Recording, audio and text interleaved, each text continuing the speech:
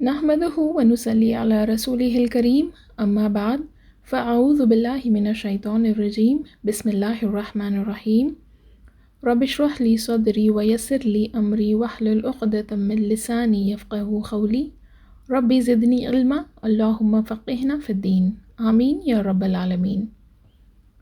Last session میں ہم نے دیکھا کہ نبی صلی اللہ علیہ وسلم جب غار حرا میں بیٹھے ہوئے تھے تو ان پر وحی نازل ہوتی ہے۔ جبریل علیہ السلام نبی صلی اللہ علیہ وسلم کے سامنے آتے ہیں اور ان پر سورہ علق کے فرسٹ 5 آیات نازل کرتے ہیں۔ اور وہ کون سے آیات تھے؟ بسم اللہ الرحمن الرحیم، اقرأ بسم ربک الذی خلق خلق الانسان من علق اقرأ وربک الاکرم الذی علم بالقلم علم الانسان ما لم یعلم، جس کا مطلب ہے کہ پڑھو اپنے رب کے نام سے جس نے ساری کائنات کو بنایا ہے، جس نے انسان کو ایک بلڈ کلاٹ سے بنایا ہے۔ پڑھو اور تمہارا رب بہت کریم ہے جس نے قلم کے ذریعے سے علم سکھایا ہے اور انسان کو وہ ساری باتیں سکھائی ہے جس کا اس کو علم نہیں تھا۔ تو یہاں پر جبریل علیہ السلام نبی صلی اللہ علیہ وسلم سے کہتے ہیں اقرا، یعنی پڑھو۔ پر کیسے پڑھو؟ پڑھو تمہارے رب کے نام سے، اقرا بسم ربک، یعنی پڑھو جو تمہارے رب سے آیا ہے۔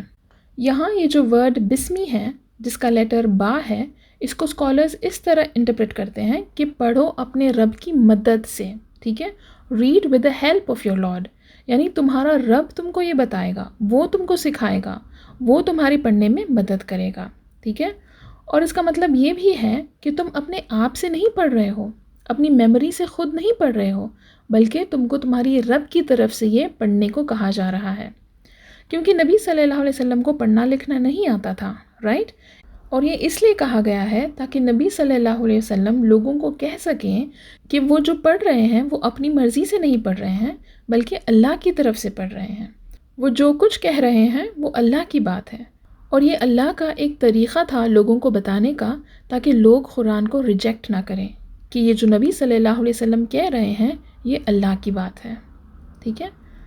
اچھا، جب ہم قرآن کی ریویلیشن کی بات کرتے ہیں تو ایک طرف یہ مینشن کیا گیا ہے کہ قرآن رمضان میں لیلۃ القدر پر ٹوٹالٹی میں آیا ہے، یعنی کمپلیٹ ایک ساتھ نازل کی گئی ہے، اور دوسری طرف یہ مینشن کیا جاتا ہے کہ قرآن 23 ایئرز میں یعنی 23 سال میں ریویل کی گئی ہے، اور اس کو سیکشنز میں ریویل کیا گیا، یعنی کہ ڈیفرنٹ پورشنز میں آئی ہے۔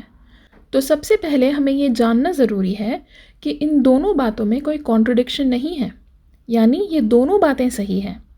ہمیں یہ جاننا امپورٹنٹ ہے کہ قرآن کے 2 ریویلیشنز ہوئے ہیں، یعنی قرآن 2 حصوں میں ریویل کی گئی ہے، 2 پارٹس میں آئی ہے۔ پہلی ریویلیشن میں اللہ سبحانہ وتعالیٰ نے قرآن کو لوح المحفوظ سے آخری آسمان پر بھیجا، ٹھیک ہے۔ لوح المحفوظ پہلے آسمان پر ہے جہاں پر قرآن سب سے پہلے لکھی گئی تھی اور پریزرو کی گئی تھی، جس کو پروٹیکٹڈ ٹیبلٹ بھی کہتے ہیں۔ اس ریویلیشن میں اللہ سبحانہ وتعالیٰ نے قرآن کو لوح المحفوظ سے سب سے آخری آسمان کے ایک اسٹیشن پر بھیجا جس کا نام ہے بیت العزہ، ٹھیک ہے۔ اس کو انگلش میں دا ہاؤس آف آنر یا دا ہاؤس آف پاور بھی کہا جاتا ہے۔ اور جس رات یہ قرآن بیت العزہ بھیجی گئی وہ رات لیلۃ القدر کی رات تھی، one of the odd nights of the last 10 days آف رمضان، ٹھیک ہے۔ اور ابن عباس رضی اللہ عنہ نے یہ نریٹ کیا ہے کہ قرآن لوح المحفوظ سے جو سب سے پہلے آسمان میں ہے، جو پروٹیکٹڈ ٹیبلٹ بھی کہا جاتا ہے، وہاں سے سب سے آخری آسمان یعنی بیت العزہ پر بھیجی گئی۔ اور سیکنڈ ریویلیشن میں اللہ نے قرآن کو بیت العزہ سے پورشنز میں جبریل علیہ السلام کے ذریعے نبی صلی اللہ علیہ وسلم تک پہنچایا ہے، اور اس پروسیس کو کمپلیٹ ہونے میں 23 ایئرز لگے ہیں، ٹھیک ہے۔ اس لیے کہا جاتا ہے کہ قرآن 23 ایئرز میں ریویل کی گئی، ٹھیک ہے۔ تو اس کو یاد رکھنا ضروری ہے کہ قرآن 2 حصوں میں نازل کی گئی تھی، ٹھیک ہے۔ اچھا، اب ہم ریویلیشن سے ریلیٹڈ ہی کچھ اور چیزوں کو بھی جان لیں گے۔ سب سے پہلے یہ دیکھیں گے کہ وحی کا مطلب کیا ہوتا ہے، کیونکہ جب بھی ہم ریویلیشن کی بات کرتے ہیں تو اس ورڈ کو بہت زیادہ سنتے ہیں، وحی، رائٹ؟ تو وحی کا لٹرل مطلب ہے کہ کوئی خفیہ طریقے سے یعنی سیکرٹلی کوئی انفارمیشن کو پہنچانا، ٹھیک ہے۔ پر شریعہ کے اکارڈنگ اس کا مطلب یہ ہے کہ اللہ کی بات ان کے انبیاء پر نازل ہونا، یعنی Allah's revelation to his prophets، ٹھیک ہے۔ اب وحی جب آتی تھی، ریویلیشن جب بھی ہوتا تھا تو دو طریقے سے ہوتا تھا، ایک ڈائریکٹ ریویلیشن اور ایک انڈائریکٹ ریویلیشن۔ تو ڈائریکٹ طریقہ کیا تھا؟ ڈائریکٹ ریویلیشن میں یا تو اللہ کی طرف سے خواب آتے تھے یا پھر خود اللہ اپنے نبی سے کلام کرتے تھے، ان سے بات کرتے تھے۔ اور یہ کس کس نبی کے ساتھ ہوا ہے؟ اللہ نے اپنے کون سے انبیاء کے ساتھ بات کی ہے، ان کے ساتھ کلام کیا ہے؟ اللہ نے صرف موسیٰ علیہ السلام اور نبی صلی اللہ علیہ وسلم سے کلام کیا تھا، ٹھیک ہے؟ تو جو موسیٰ علیہ السلام سے اللہ نے کلام کیا تھا، اس کا ذکر قرآن کے سورہ طٰہٰ میں آیا ہے، آلرائٹ؟ اللہ نے موسیٰ علیہ السلام سے ماؤنٹ طور پر، یا جس کو ماؤنٹ سینائی بھی کہتے ہیں، اس پر بات کی تھی۔ اور اللہ نے نبی صلی اللہ علیہ وسلم سے کب کلام کیا؟ جب نبی صلی اللہ علیہ وسلم کو معراج کے وقت آسمانوں پر لے جایا گیا تھا، رائٹ؟ اس وقت اللہ نے نبی صلی اللہ علیہ وسلم سے کلام کیا تھا۔ تو جب اللہ نے نبی صلی اللہ علیہ وسلم سے بات کی تو کیا نبی صلی اللہ علیہ وسلم نے اللہ کو دیکھا؟ نہیں، نبی صلی اللہ علیہ وسلم نے اللہ کو نہیں دیکھا، ان کے بیچ ایک ویل تھا، ٹھیک ہے؟ ان کے بیچ ایک قسم کا پردہ تھا، بٹ وہ کس طرح کا پردہ تھا وہ صرف اللہ جانتے ہیں۔ تو یہ ہو گیا ڈائریکٹ ریویلیشن، جہاں پر اللہ نے اپنے انبیاء سے ڈائریکٹلی بات کی یا پھر ان کو خواب دکھائے، ٹھیک ہے؟ اور دوسری کیٹیگری کیا ہے؟ Indirect revelation. اب انڈائریکٹ ریویلیشنز کس طرح کے ہوتے تھے؟ یہ جبریل علیہ السلام کے تھرو ہوتے تھے، یا تو جبریل علیہ السلام خود آ کر نبی صلی اللہ علیہ وسلم سے بات کرتے تھے، یا پھر کبھی نبی صلی اللہ علیہ وسلم کو بہت زور سے ایک بیل کی آواز سنائی دیتی تھی، ٹھیک ہے؟ اور جب کوئی ایسی آواز نبی صلی اللہ علیہ وسلم کو آتی تھی تو یہ ان کے لیے بہت ہی مشکل ایکسپیرینس ہوتا تھا، یعنی ان کو تکلیف ہوتی تھی۔ تو وحی کا آنا، یہ پورا ایکسپیرینس کرنا نبی صلی اللہ علیہ وسلم کے لیے کوئی آسان بات نہیں تھی، یہ ایکسپیرینس ان کے لیے بہت مشکل ہوتا تھا۔ انفیکٹ اب یہ جو پہلی بار بھی وحی آئی تھی تب نبی صلی اللہ علیہ وسلم کو جبریل علیہ السلام نے زور سے دبایا تھا، یہاں تک کہ ان کو ایسا لگا کہ وہ اب برداشت نہیں کر سکیں گے، رائٹ؟ کہ ان کی سانس رک گئی تھی، ان کو بہت تکلیف ہوئی تھی تب بھی۔ اور آگے بھی جب بھی نبی صلی اللہ علیہ وسلم پر وحی آتی تھی تو کبھی ان کو بہت زیادہ پسینہ آتا تھا اور کبھی وہ بے ہوش بھی ہو جاتے تھے، ٹھیک ہے؟ نبی صلی اللہ علیہ وسلم نے کہا تھا کہ کبھی ان کے سامنے جبریل علیہ السلام ایک آدمی کی شکل میں بھی آ جاتے تھے، اور کبھی ان کو بہت زور سے آواز آتی تھی جیسے کہ کوئی بیل کی آواز ہو، اور یہ طریقہ نبی صلی اللہ علیہ وسلم کے لیے بہت ہی زیادہ مشکل تھا، ٹھیک ہے؟ دیکھا جائے تو نبی صلی اللہ علیہ وسلم کی پرسنالٹی بہت ہی اسٹرانگ تھی، رائٹ؟ وہ ایک وارئر کی پرسنالٹی کے تھے۔ اس کے باوجود بھی جب بھی نبی صلی اللہ علیہ وسلم پر وحی آتی تھی ان کے لیے آسان نہیں تھا، رائٹ؟ انفیکٹ اللہ نے سورہ حشر کی آیہ نمبر 21 میں کیا کہا ہے کہ اگر ہم اس قرآن کو کوئی پہاڑ پر نازل کرتے تو تم دیکھتے کہ وہ اللہ کے خوف سے کیسے ریزہ ریزہ ہو جاتا، کیسا وہ پہاڑ پھٹ پڑتا۔ تو سوچئے جب اللہ نے پہاڑ کے لیے ایسا کہا ہے کہ پہاڑ پھٹ پڑتا اگر اس پر قرآن نازل ہوتی، تو پھر نبی صلی اللہ علیہ وسلم تو انسان ہی تھے، رائٹ؟ اور پھر بھی اللہ نے ان کے لیے آسان کیا تھا، اس کے باوجود ان کو اتنی تکلیف ہوتی تھی۔ تو کیا ہم امیجن بھی کر سکتے ہیں کہ قرآن کا نازل ہونا اس کا ایکسپیرینس کیسا ہوتا تھا؟ ہم نہیں امیجن کر سکتے۔ خیر، تو اب تک ہم نے دیکھا کہ وحی دو طرح کی ہوتی تھی، رائٹ؟ ایک انڈائریکٹ ریویلیشن سے، ایک ڈائریکٹ ریویلیشن سے ہوتی تھی۔ اب ہم دیکھیں گے کہ وحی کتنے طریقے کے بھیجے گئے، ٹھیک ہے؟ تو وحی جو تھے وہ 3 طریقے کے آئے، ٹھیک ہے؟ پہلا قرآن، دوسرا حدیث قدسی، اور تیسرا حدیث نبوی، ٹھیک ہے؟ تو اب قرآن کیا ہے؟ قرآن اللہ کے ایگزیکٹ ورڈز ہیں، اللہ کے ایگزیکٹ الفاظ ہیں جو نبی صلی اللہ علیہ وسلم کو جبریل علیہ السلام کے تھرو بتائے گئے ہیں، اور یہ عربک لینگویج میں بھیجے گئے ہیں جو ہم تک پہنچائے گئے ہیں، جس کو پڑھنا عبادت ہے، اور اس میں اللہ کے میریکلز ہیں، اللہ کے معجزات ہیں، ٹھیک ہے؟ یہ ہے قرآن۔ اب حدیث قدسی کیا ہے؟ حدیث قدسی اللہ کے ہی ڈائریکٹ ورڈز ہیں جو نبی صلی اللہ علیہ وسلم تک جبریل علیہ السلام کے تھرو پہنچائے گئے، لیکن یہ قرآن کا حصہ نہیں ہے، ٹھیک ہے؟ یہ حدیث میں آتا ہے، اور یہ میراکولس نہیں ہے، یعنی اس میں کوئی معجزات نہیں ہے، اور ان کو ریسائٹ بھی کرنا عبادت نہیں مانا جاتا، ٹھیک ہے؟ تو اگر آپ کبھی حدیث قدسی کو پڑھتے ہو تو آپ اس میں نوٹ کرو گے کہ اس میں اللہ کے ڈائریکٹ ورڈز ہوتے ہیں، یعنی کہ اللہ کے ڈائریکٹ ڈائلاگز ہوتے ہیں، ٹھیک ہے؟ اسی لیے اس کو حدیث قدسی کہتے ہیں، ٹھیک ہے؟ اب حدیث نبوی کیا ہے؟ یہ اللہ کے ہی باتیں ہیں جو نبی صلی اللہ علیہ وسلم نے ہمیں اپنے ایکشنز کے ذریعے یا اپنے الفاظوں میں بتائے ہیں، ٹھیک ہے؟ اور اس میں نبی صلی اللہ علیہ وسلم کے سٹیٹمنٹس اور ان کے ایکشنز اور اپروولز بھی ہوتے ہیں، ٹھیک ہے؟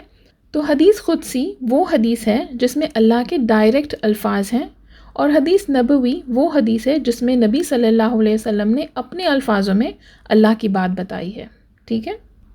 تو اب ہم آگے بڑھتے ہیں۔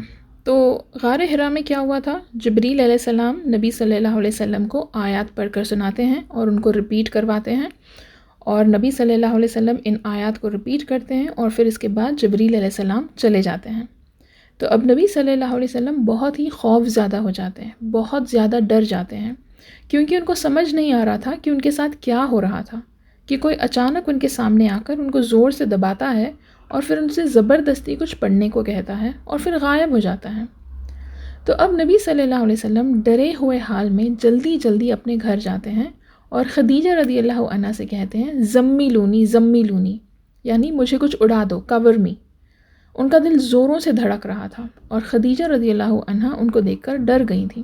انہوں نے نبی صلی اللہ علیہ وسلم کو جلدی سے چادر اڑائی، اور پھر کچھ وقت بعد جب نبی صلی اللہ علیہ وسلم کا ڈر کم ہوا اور وہ بولنے کی کنڈیشن میں آئے، تب وہ خدیجہ رضی اللہ عنہا کو وہ سب کچھ بتائے جو ان کے ساتھ غار حرا میں ہوا تھا، اور ساتھ ساتھ یہ بھی بتائے کہ ان کو بہت ڈر لگ رہا تھا کہ کہیں ان کو کچھ ہو نہ جائے۔ تو نبی صلی اللہ علیہ وسلم کو دیکھیں کیوں ایسا لگا کہ ان کو کچھ ہو جائے گا، کیونکہ یہ جو ان کے ساتھ ہو رہا تھا یہ کوئی نارمل بات نہیں تھی، رائٹ؟ تو خدیجہ رضی اللہ عنہا ان کو اس وقت تسلی دیتی ہیں کہ اللہ آپ کے ساتھ کبھی بھی کچھ بھی برا نہیں کریں گے۔ وہ نبی صلی اللہ علیہ وسلم کو ہمت دلاتی ہیں، ان کو دلاسا دیتی ہیں کہ اللہ ان کے ساتھ کبھی بھی کچھ بھی برا نہیں کریں گے، اور وہ کہتی ہیں کہ آپ اپنے رشتہ داروں کے ساتھ اچھا سلوک کرتے ہو، آپ کمزوروں کا ساتھ دیتے ہو، غریبوں کی مدد کرتے ہو، آپ ہمیشہ حق کی بات کرتے ہو، تو اللہ آپ کو کبھی بھی رسوا نہیں کریں گے، کبھی اللہ آپ کو ڈسگریس نہیں کریں گے۔ اس طرح خدیجہ رضی اللہ عنہا نبی صلی اللہ علیہ وسلم کو حوصلہ دے رہی تھی، ٹھیک ہے؟ اب اس کے بعد کیا ہوا؟ اب اس کے بعد خدیجہ رضی اللہ عنہا نبی صلی اللہ علیہ وسلم کو ان کے ایک کزن جس کا نام تھا ورقہ بن نوفل، ٹھیک ہے، ان کے پاس لے جاتی ہیں۔ اب ورقہ بن نوفل بت پرستی چھوڑ کر، یعنی آئیڈولٹری چھوڑ کر کرسچین ہو گئے تھے، ٹھیک ہے، اور وہ بھی حنفاء میں سے ہی تھے، یعنی وہ صرف اللہ کی ہی عبادت کرتے تھے۔ دیکھیے، کرسچین کا مطلب یہ نہیں ہوتا ہے کہ وہ اللہ کے علاوہ کسی اور کی عبادت کرتے ہیں۔ اس وقت کرسچینٹی میں بھی کچھ ایسے لوگ تھے جو عیسیٰ علیہ السلام کے ایکچول ٹیچنگز پر تھے، جو صرف اللہ کو ایک الہ مان کر چلتے تھے، ٹھیک ہے، جس کو حنفاء بھی کہتے ہیں، رائٹ؟ تو اب ورقہ بن نوفل بھی ان میں سے ایک تھے۔ تو اب خدیجہ رضی اللہ عنہا نبی صلی اللہ علیہ وسلم کو ورقہ بن نوفل کے پاس لے جاتی ہیں اور ان سے کہتی ہیں کہ نبی صلی اللہ علیہ وسلم کے ساتھ کچھ انسیڈنٹ ہوا۔ تو ورقہ بن نوفل نبی صلی اللہ علیہ وسلم سے پوچھتے ہیں کہ انہوں نے کیا دیکھا۔ جب نبی صلی اللہ علیہ وسلم ان کو سب کچھ بتاتے ہیں جو کچھ بھی ان کے ساتھ غار حرا میں ہوا، یہ سن کر ورقہ بن نوفل نبی صلی اللہ علیہ وسلم سے کہتے ہیں کہ یہ تو وہی ناموس ہے جس کو اللہ نے موسیٰ پر بھیجا تھا۔ کاش کہ میں اتنا بوڑھا نہ ہوتا اور میں اس وقت تک جیتا جب تم کو تمہارے لوگ اپنی زمین سے باہر نکال دیں گے، اور اس وقت میں تمہارا ساتھ دیتا۔ یہ سن کر نبی صلی اللہ علیہ وسلم حیران ہو جاتے ہیں۔ وہ ورقہ بن نوفل سے پوچھتے ہیں کہ کیا میرے ہی لوگ مجھے میری زمین سے باہر نکال دیں گے؟ تو ورقہ بن نوفل کہتے ہیں کہ ہاں، جو کوئی بھی اس میسج کو لے کر آیا ہے جو تم لے کر آئے ہو، ان کے ساتھ ویسا ہی سلوک کیا گیا، ان سب کو اپنی زمین سے نکالا گیا۔ کاش کہ میں اس وقت موجود ہوتا تو میں تم کو سپورٹ کرتا۔ اور کہا گیا ہے کہ اس انسیڈنٹ کے کچھ وقت بعد ہی ورقہ بن نوفل کا انتقال ہو گیا تھا، وہ ختم ہو گئے تھے۔ تو عائشہ رضی اللہ عنہا کی ایک حدیث ہے جو صحیح بخاری میں آئی ہے، جس میں وہ کہتی ہیں کہ ورقہ وہ پہلے آدمی تھے جو نبی صلی اللہ علیہ وسلم پر ایمان لائے، اور اسکالرز یہ کہتے ہیں کہ خدیجہ رضی اللہ عنہا وہ سب سے پہلی عورت تھی جو نبی صلی اللہ علیہ وسلم پر ایمان لائی تھی، اور ورقہ بن نوفل وہ سب سے پہلے آدمی تھے جو نبی صلی اللہ علیہ وسلم پر ایمان لے کر آئے تھے، ٹھیک ہے؟ کیونکہ جب نبی صلی اللہ علیہ وسلم ورقہ بن نوفل سے اس انسیڈنٹ کے بارے میں نریٹ کرتے ہیں تو وہ سب سے پہلے یہ کہتے ہیں کہ لوگ تم کو تمہاری جگہ سے باہر نکال دیں گے، تمہارے شہر سے تم کو باہر نکال دیں گے، یعنی وہ نبی صلی اللہ علیہ وسلم کو نبی مان چکے تھے، تبھی تو انہوں نے ان سے ایسا کہا تھا کہ پرانے انبیاء کے ساتھ بھی ایسا ہی کچھ ہوا تھا، تو تمہارے ساتھ بھی لوگ ایسا ہی کریں گے، رائٹ؟ اور دوسری بات یہ تھی کہ انہوں نے کہا کہ کاش وہ اس وقت تک زندہ رہتے تو وہ نبی صلی اللہ علیہ وسلم کی مدد کرتے، ان کو سپورٹ کرتے۔ تو اس بات سے بھی یہ کلیئر ہے کہ انہوں نے نبی صلی اللہ علیہ وسلم کو نبی مان لیا تھا۔ ایک اور حدیث ہے، حدیث مسند احمد کی آئی ہے، جس میں خدیجہ رضی اللہ عنہا نبی صلی اللہ علیہ وسلم سے ورقہ بن نوفل کے بارے میں پوچھتی ہیں۔ تو نبی صلی اللہ علیہ وسلم خدیجہ رضی اللہ عنہا سے یہ کہتے ہیں کہ انہوں نے خواب میں ورقہ بن نوفل کو سفید کپڑے پہنے ہوئے دیکھا اور کہا کہ اگر وہ جہنمی ہوتے تو پھر وہ سفید کپڑوں میں نہیں دکھتے، ٹھیک ہے؟ تو ان کچھ باتوں سے یہ پتہ چلتا ہے کہ ورقہ حنفاء میں سے تھے اور وہ صرف اللہ کی ہی عبادت کرتے تھے، صرف اللہ کو اپنا رب مانتے تھے، اور وہ نبی صلی اللہ علیہ وسلم پر بھی ایمان لائے تھے، ٹھیک ہے؟ تو اب نبی صلی اللہ علیہ وسلم غار حرا کے فرسٹ ریویلیشن کے ایکسپیرینس کے کچھ دن بعد پھر دوبارہ غار حرا جا کر اللہ کی عبادت کرتے ہیں۔ اب کافی وقت تک دوسری کوئی وحی نہیں آئی تھی، دوسری ریویلیشن نہیں آئی۔ اب ان کو ورقہ سے جب یہ پتہ چلا کہ وہ اللہ کی وحی تھی جو موسیٰ علیہ السلام پر بھی بھیجی گئی تھی، تو یہ بات سن کر نبی صلی اللہ علیہ وسلم کے اندر مکسڈ فیلنگز ہو رہے تھے، ٹھیک ہے؟ اور اب جب ورقہ بن نوفل کی موت ہو گئی تھی، ان کے انتقال کے بعد نبی صلی اللہ علیہ وسلم کنفیوزڈ ہو گئے تھے یہ سوچ کر کہ آگے کیا ہوگا۔ ان کے دل میں کئی سوال آتے تھے کہ کیا سچ میں یہ اللہ کی طرف سے وحی ہے؟ کیا سچ میں اللہ نے ان کو اپنے نبی کی طرح چنا؟ کون ان کو یہ سب بتائے گا؟ وہ کس سے پوچھیں گے؟ کیا کوئی ان کی بات مانے گا اگر وہ جا کر کسی سے کہیں کہ اللہ نے ان پر وحی بھیجی ہے؟ کوئی نہیں مانے گا۔ لوگ یا تو یہ کہیں گے کہ تم کوئی پوئٹری سنا رہے ہو، یا پھر یہ کہیں گے کہ تم پاگل ہو گئے ہو، نعوذ باللہ، رائٹ؟ تو وہ سوچ میں تھے کہ آگے کیا کیا جائے، لیکن ان کو کچھ سمجھ نہیں آ رہا تھا۔ وہ یہ سوچتے رہتے کہ آخر یہ ان کے ساتھ کیا ہو رہا ہے، کہ اقرا بسم ربک الذی خلق کا مطلب کیا ہے، اللہ ان سے کیا چاہتے ہیں۔ تو اب یہ ساری باتیں سوچ سوچ کر نبی صلی اللہ علیہ وسلم ڈپریس ہونے لگے۔ کئی بار ان کے دماغ میں کئی سارے تھاٹس آنے لگے، اور جب بھی ان کو کوئی غلط وسوسے آتے تو ان کو جبریل علیہ السلام کی آواز آتی کہ اے محمد تم اللہ کے نبی ہو، اور جب وہ یہ آواز سنتے تو ان کے وسوسے ختم ہو جاتے اور ان کے دل کو تسلی ملتی۔ تو اب پہلے ریویلیشن کے بعد دوسری ریویلیشن کو آنے میں وقت لگا۔ اسکالرز کا کہنا ہے کہ دوسری ریویلیشن بھیجنے میں وقت اس لیے لگا کیونکہ اللہ نبی صلی اللہ علیہ وسلم کو وقت دے رہے تھے۔ اس لیے کیونکہ پہلی بار جب وحی آئی تو نبی صلی اللہ علیہ وسلم بہت زیادہ ڈر گئے تھے، رائٹ؟ اور دوسری بات یہ تھی کہ اللہ ان کو وقت دے رہے تھے کہ وہ غور و فکر کریں اور ان کے ساتھ جو کچھ ہوا اس کو پروسیس کریں، اس کو سمجھیں، اور ساتھ ساتھ اللہ نبی صلی اللہ علیہ وسلم کے دل سے اس ڈر کو نکال کر حق کو واضح کر رہے تھے، ٹھیک ہے؟ اور وقت کے ساتھ ساتھ نبی صلی اللہ علیہ وسلم کو یہ سمجھ آ گیا کہ اللہ نے ان کو اپنا نبی چن لیا۔ تو اب وہ اللہ کی طرف سے وحی کے انتظار میں تھے۔ وہ پریشان بھی تھے یہ سوچ کر کہ کہیں اللہ ان سے ناراض تو نہیں ہے، اسی لیے ان پر وحی نہیں آ رہی ہے، اور وہ اللہ کو یاد کرتے رہتے تھے، غار حرا میں جا کر اللہ کی عبادت کرتے رہتے تھے کہ اچانک ایک دن جب وہ غار حرا سے واپس آ رہے تھے انہوں نے آسمان سے ایک آواز سنی، اور جب وہ اپنی نظر اٹھائے تو انہوں نے دیکھا کہ یہ تو اللہ کے وہی فرشتے ہیں جو پہلی بار غار حرا میں آئے تھے۔ لیکن اس وقت جب نبی صلی اللہ علیہ وسلم نے جبریل علیہ السلام کو دیکھا تو یہ ان کو آسمان اور زمین کے بیچ ایک بہت بڑی کرسی پر بیٹھے ہوئے دکھے، اور اس وقت نبی صلی اللہ علیہ وسلم نے جبریل علیہ السلام کو ان کے اوریجنل فارم میں دیکھا۔ جو پہلے وحی نازل ہوئی تھی اس وقت جبریل علیہ السلام نے اپنا ایکچول فارم نبی صلی اللہ علیہ وسلم کو نہیں دکھایا، وہ نبی صلی اللہ علیہ وسلم کے سامنے اپنے ایکچول فارم میں نہیں آئے تھے، اپنے ریئل فارم میں نہیں آئے تھے، لیکن اس وقت جبریل علیہ السلام نبی صلی اللہ علیہ وسلم کو اپنے اوریجنل فارم میں دکھائی دیے۔ تو جب نبی صلی اللہ علیہ وسلم نے اپنی نظر اٹھائی اور آسمان کی طرف دیکھا تو انہوں نے دیکھا کہ جبریل علیہ السلام پورے آسمان پر چھائے ہوئے تھے۔ نبی صلی اللہ علیہ وسلم جہاں بھی اپنی نظر ڈالے ان کو پورے آسمان پر صرف جبریل علیہ السلام دکھائی دے رہے تھے۔ سوچیے نبی صلی اللہ علیہ وسلم کو کتنا ڈر لگا ہوگا اچانک جبریل علیہ السلام کو اس حال میں دیکھ کر۔ نبی صلی اللہ علیہ وسلم اتنا ڈر گئے تھے کہ وہ ڈر کے مارے زمین پر ہی اپنے گھٹنوں کے بل بیٹھ گئے تھے، اور پھر وہ فوراً اپنے گھر گئے اور خدیجہ رضی اللہ عنہا سے پھر سے کہنے لگے مجھے کچھ اڑا دو۔ اور خدیجہ رضی اللہ عنہا نبی صلی اللہ علیہ وسلم پر ایک چادر اڑاتی ہیں، اور اس وقت نبی صلی اللہ علیہ وسلم پر وحی نازل ہوتی ہے، اور یہ سورہ مدثر کی فرسٹ 5 آیات تھیں۔ تو کچھ انٹرپریٹیشنز میں آیا ہے کہ یہ فرسٹ 5 آیات جو سورہ مدثر کی ہیں وہ آیات نازل ہوئی، کچھ میں آیا ہے کہ فرسٹ 7 آیات نازل ہوئیں، ٹھیک ہے۔ الرحیق المختوم جو ہم ریفر کر رہے ہیں اس میں کہا گیا ہے کہ فرسٹ 5 آیات آئے ہیں، ٹھیک ہے۔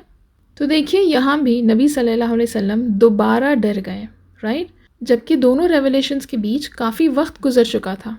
کہا گیا ہے کہ منیمم 3 سے 6 مہینے کا وقت تو گزر ہی چکا تھا۔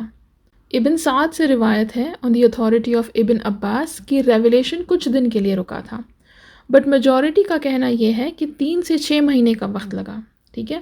تو سوچئے اگر یہ وقت نہیں دیا جاتا اور نبی صلی اللہ علیہ وسلم پر وحی جلدی آ جاتی تو پھر وہ کیسے برداشت کرتے ہیں، رائٹ۔ تو جب 3 سے 6 مہینے کے بعد بھی وحی آئی تب بھی نبی صلی اللہ علیہ وسلم ڈر گئے تھے، اسی لیے اللہ نے ان کو وقت دیا تاکہ وہ یہ سب برداشت کر سکیں۔ جیسا ہم نے کہا ہے نا کہ جب نبی صلی اللہ علیہ وسلم پر وحی آتی تھی تو ہم امیجن نہیں کر سکتے کہ وہ کیسا ایکسپیرینس کرتے تھے، کہ ان کو کیسا فیل ہوتا تھا۔ اسی لیے اللہ نبی صلی اللہ علیہ وسلم کو وہ وقت دے رہے تھے اور ان کو اسٹرانگ بنا رہے تھے کہ وہ قرآن کو اپنے اندر اتار سکیں، اپنے اندر ابزارب کر سکیں۔ سوچئے کہ اگر اللہ قرآن کو پہاڑ پر نازل کرتے تو پہاڑ ریزہ ریزہ ہو جاتا، تو پھر نبی صلی اللہ علیہ وسلم کے دل پر قرآن نازل ہو رہی تھی، رائٹ۔ تو سوچئے ان کو کیسا لگ رہا تھا، اور سوچئے جب نبی صلی اللہ علیہ وسلم اپنے آپ کو ہینڈل نہیں کر سکتے تھے تو پھر لوگوں کو اسلام کا میسج کیسے پہنچا سکتے تھے، رائٹ۔ ان پر تو ایک بہت بڑی رسپانسبلٹی آنے والی تھی، رائٹ۔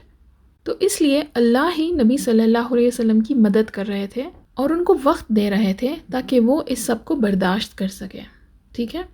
تو اب سیکنڈ ریولیشن میں سورہ مدثر کی فرسٹ 5 آیات جو نازل کیے گئے تھے وہ کون سے تھے؟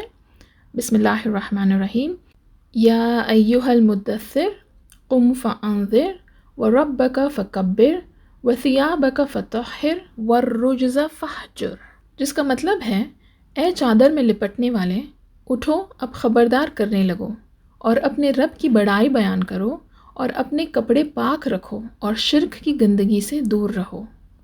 تو اللہ یہاں نبی صلی اللہ علیہ وسلم سے کہہ رہے ہیں کہ ان کو اپنی چادر سے نکلنا ہے، اٹھو اب اپنے کمفرٹ زون سے باہر آؤ، لوگوں کو وارن کرو، جیسے کہ اللہ یہ کہہ رہے ہیں کہ اب چھپے کیوں ہو، بہت کام ہے، باہر آؤ۔ اب یہاں اس ریولیشن سے نبی صلی اللہ علیہ وسلم کو ان کا مشن دیا گیا۔ اب ان کا کیا کام بتایا گیا؟ قم فانذر، یعنی اٹھو اور لوگوں کو وارن کرو، اور کیا کرو؟ اپنے رب کی بڑائی کرو، گلوریفائی اور لارڈ، لوگوں سے کہو کہ وہ اپنے رب کی بڑائی کریں۔ یہاں فکبر کا مطلب ہے کہ صرف اللہ ہی کی عبادت کرو اور کسی کو بھی اللہ کے ساتھ شریک مت کرو، یعنی worship Allah alone without associating any partners with him، ٹھیک ہے۔ اور کیا کہا گیا ہے؟ وَثِيَابَكَ فَطَهِّرْ، یعنی اپنے کپڑوں کو، اپنے آپ کو پاک رکھو، کلین رکھو۔ تو دیکھیے کتنا امپورٹنٹ ہے اسلام میں اپنے آپ کو پاک رکھنا، کہ اللہ نبی صلی اللہ علیہ وسلم کو دوسری وحی میں ہی یہ بتا رہے ہیں کہ ان کو اپنے آپ کو صاف رکھنا ہوگا۔ اسلام میں پاکیزگی، پیورٹی بہت ہی امپورٹنٹ ہے، اتنا کہ اس کو ہمارے لیے ہاف آف فیتھ کہا گیا ہے۔ ہمارا آدھا ایمان صرف ہماری پاکیزگی پر ڈپینڈ کرتا ہے، رائٹ۔ اور اللہ کی عبادت کرنے کی سب سے امپورٹنٹ کنڈیشن کیا ہے؟ کہ ہمیں اپنے آپ کو صاف رکھنا ہے، ہر گندگی سے پاک رکھنا ہے، تبھی تو ہماری عبادت قبول ہوگی، رائٹ۔ جس طرح بنا وضو کے ہماری نماز نہیں ہوتی، رائٹ۔ تو یہاں اللہ کا یہ کہنا نبی صلی اللہ علیہ وسلم کو کہ آپ کو اپنے آپ کو صاف رکھنا ہے، پاک رکھنا ہے، یہ بتاتا ہے کہ کلینلینس اسلام میں کتنی امپورٹنٹ ہے، ٹھیک ہے۔ اور یہاں پر صرف فزیکل کلینلینس کی بات نہیں ہو رہی ہے، یہاں پر اسپریچول اور مینٹل کلینلینس کی بھی بات ہو رہی ہے۔ اس کا مطلب کیا ہے؟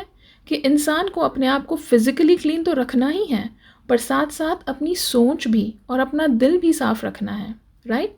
ہمیں ہر وہ گندی بات اور گندی سوچ، گندے تھاٹ سے اپنے آپ کو صاف رکھنا ہے۔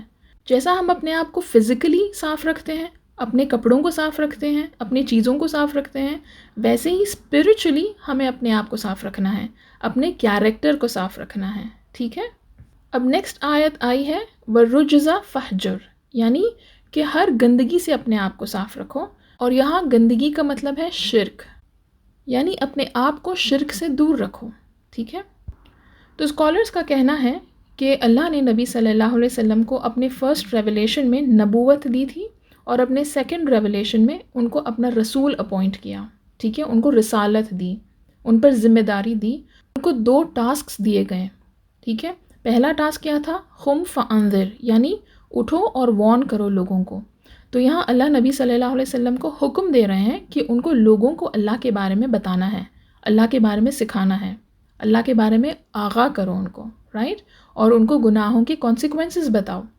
اور دوسرا ٹاسک کیا تھا کہ جو اللہ نے ان کو کہا ہے کہ آپ اپنے آپ کو پاک رکھو اور گندگی سے دور رہو، اس پر نبی صلی اللہ علیہ وسلم کو عمل کر کے لوگوں کے لیے رول ماڈل بننا ہے. ٹھیک ہے. ہم سب کے لیے اگزامپل سیٹ کرنا ہے. ٹھیک ہے. تو یہ آیات نازل کی گئی تھی نبی صلی اللہ علیہ وسلم پر ان کے سیکنڈ ریولیشن میں، جو سورہ مدثر کی ہیں. ٹھیک ہے. تو اس سیشن کو ہم یہیں روکیں گے اور انشاءاللہ نیکسٹ سیشن میں ہم کنٹینیو کریں گے. ٹھیک ہے. سبحانک اللہم و بحمدک، اشہد ان لا الہ الا انت، استغفرک و اتوب الیک. السلام علیکم ورحمۃ اللہ وبرکاتہ.